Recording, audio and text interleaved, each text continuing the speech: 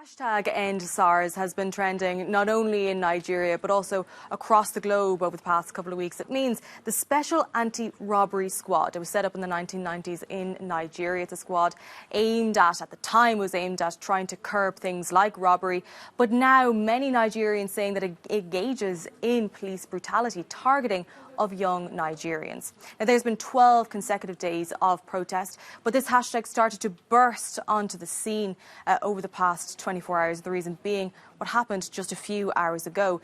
Now, according to Amnesty International, they say that they've received credible but disturbing evidence of excessive use of force made against protesters that has resulted in deaths. Joining me here to discuss this, I'm joined by Jerry. He's a colleague of mine with African News. You've been speaking to eyewitnesses, people that were there. What have they been telling you?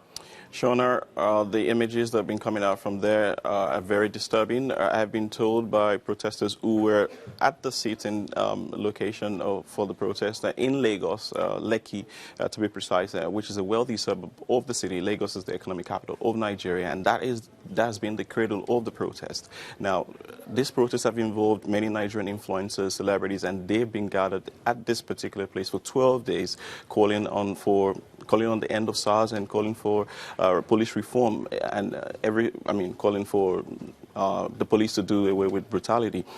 So what we saw yesterday was many of them were there seated and defying a 4-hour curfew that was imposed hurriedly to disband them. They were just given 4 hours notice, and they stayed. They defied it because they thought it wasn't enough. Unfortunately, what we saw was the lights were turned off.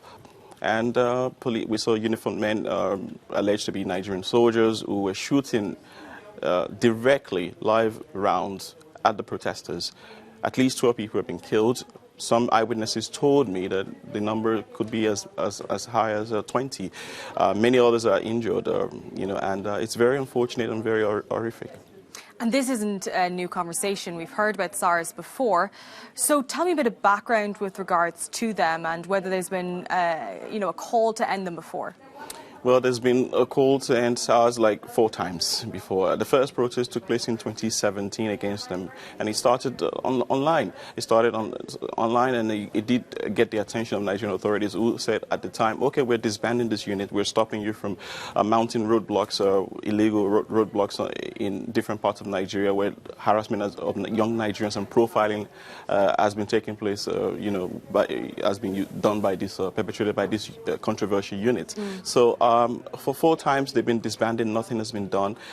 Let's look at the background to this unit. This unit was specifically created to tackle armed robbery, to tackle thuggery and criminal activities. Unfortunately, what they've been doing has been more of profiling and engaging in those alleged criminal activities, extorting young Nigerians of their money based on just suspicions of them being involved in cybercrime. And we know that, according to the Nigerian government, they said that they're going to disband this unit. They said that last week. But how have people been reacting to that? What have people been telling you? What's their response? I think what we've seen is this protest against SARS and SARS has metamorphosed into wider demands for total police reform, demands for an end to bad governance. So it is not just enough, in the minds of Nigerian protesters, for them to be told or to have SARS been disbanded. As a matter of fact, the Nigerian government put in place hurriedly a new unit called SWAT, and there are reports that some members of SARS are in fact going to be taken in for that unit. So the protest, the demands from the protesters have not stopped. They want a total disbanding of SARS. And they're calling for much more things now, which include an end to bad governance.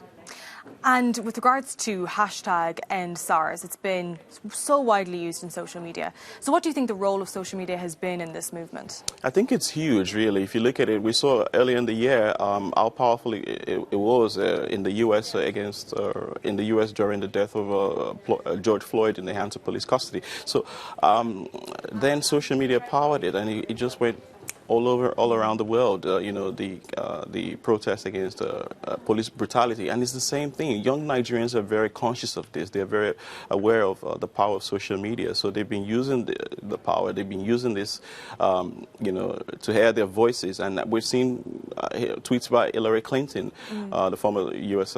Secretary of State. This is right here. Yeah, calling on Muhammad Buhari, Nigeria's president, and the Nigerian army to stop the killing of young Nigerians who are basically demanding for their rights to protest and demanding for reforms and their right to exist and to live and to work and not being harassed by police who are supposed to be protecting them. We've also seen American celebrities. We've seen P. Diddy, tweeting in support, in solidarity with Nigerians. So I think this is a watershed moment for Nigeria, and also this is actually a significant moment for young Nigerians who now know that we can actually achieve the change that we want in our country. Thank you very much for explaining all of that. This is very much a developing situation. These protests have been going on for a number of days, and we will be keeping you up to date with regards to the latest developments.